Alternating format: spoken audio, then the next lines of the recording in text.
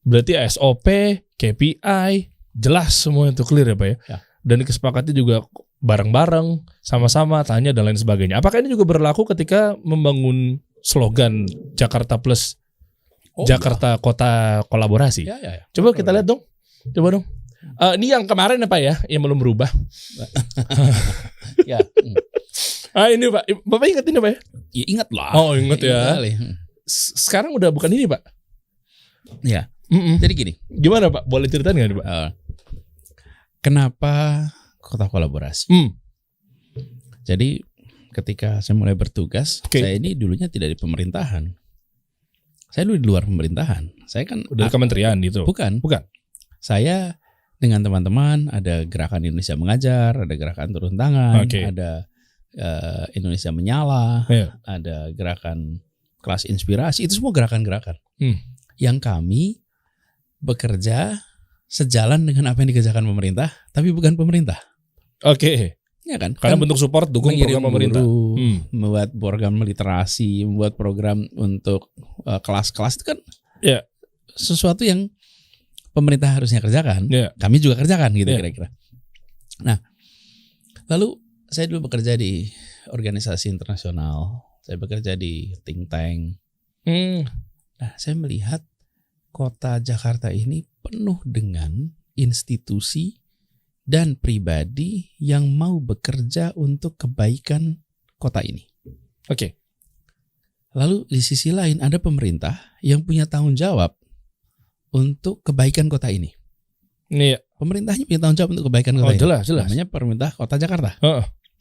Nah, tapi kami yang di pemerintahan itu sering menganggap semua urusan harus kami yang menyelesaikan. Kenapa gitu Pak? Ya mindsetnya begitu. Kan bukan bagian dari pemerintah. Bukan, kami itu maksudnya pemerintah. Oke. Kirain ya pada saat yang pas bukan. Pak Anies punya gerakan itu. Pemerintah. Oke. Kita di pemerintahan ini selalu misalnya gini, kita buat rencana pembangunan Jakarta. Maka itu lebih tepat rencana pemerintah untuk pembangunan. Iya. Bukan rencana pembangunan kota, tapi rencana pemerintah untuk kota Jakarta. Oh iya. Oke, padahal kan harusnya rencana kota Jakarta. Oke. Jadi saya bilang, yuk kita ajak semua aja untuk terlibat. Oke.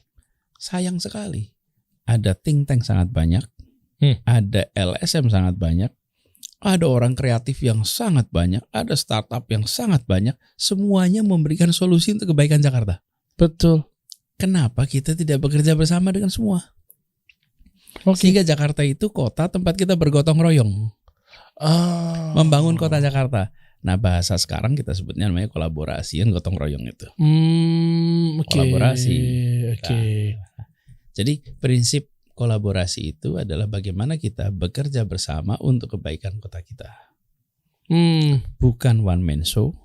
Ini betul-betul kerja kolosal. Seluruh warga diajak yuk bersama-sama. Itu semangatnya. Karena itulah ini kota kolaborasi.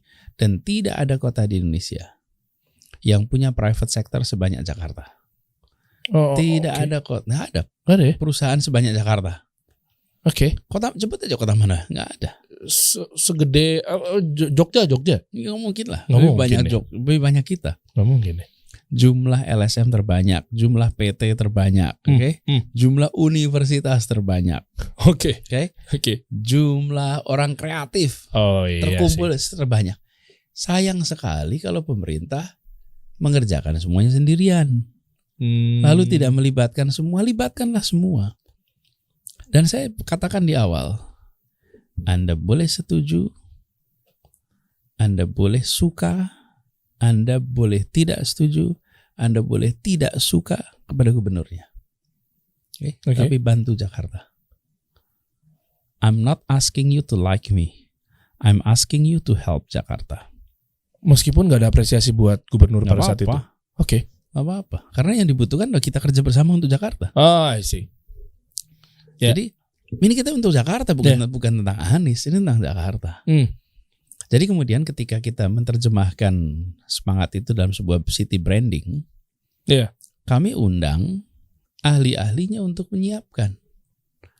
Jadi ini adalah sebuah proses di mana ilmu pengetahuan dihormati, dihargai.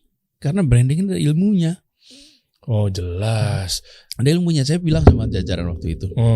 Kita ini kan generasinya generasi kuliah dulu. Yang waktu itu belum ada itu. Namanya DKV, belum ada. Desain komunikasi visual. Belum ada zaman itu namanya desain produk. Karena itu kita semua pada sekolahnya apa? Teknik sipil. Kemudian mungkin kira-kira gitu. Arsitek paling kalau desain. Ekonomi, kesehatan, macam-macam. Nah, sekarang udah ada yang namanya desain komunikasi, ada ilmunya di situ. Kita percayakan pada yang punya ilmunya, susun. Betul. Dan kalau saya sampaikan nilainya. Iya, kalau saya lihat ini benar-benar mengandung. Saya punya guru Pak Abi ya, Pak Anies, mungkin kenal juga tuh, Pak Subiakto. Iya kan, syarat untuk bikin tagline atau slogan itu memang sudah memenuhi syarat 2 ya, ada value, ada call to action. Value itu adalah ketika kita mendapatkan keinginan sesuatu, oke, kita pengen kolaborasi nih, kita pengen kota nih istilahnya gitu. Nah ternyata ada terpanggil nggak gara-gara call to action? Ternyata iya ini sudah memenuhi syarat gitu loh Pak. Nah artinya kan dulu kan nggak dapat ilmu itu dari mana Pak Anies? Makanya diserahin kepada anak-anak DKV misalnya, anak-anak branding misalnya, desain produk. Jadi serahkan kepada mereka. Nanti mereka yang memutuskan, mereka yang merancang sebetulnya, mereka merancang, memberikan opsi-opsinya. Nah, saya percaya kalau sebuah produk kebijakan itu mendasarkan pada 1 ilmu pengetahuan, 2 kepentingan, yang kedua akal sehat, 3 kepentingan publik, dan keempat regulasi, maka dia akan menjadi sebuah kebijakan yang dirasakan manfaatnya oleh publik dan akan dipertahankan oleh publik. Exactly. Jadi kekuasaan itu tidak dipakai untuk mengendalikan ilmu pengetahuan, mengendalikan akal sehat. Karena kalau itu dipakai, maka kita memaksa sesuatu yang tidak bisa diterima oleh ilmu, sesuatu yang tidak diterima oleh akal sehat, dan belum tentu menguntungkan kepentingan publik, tapi karena saya punya kewenangan, maka saya lakukan.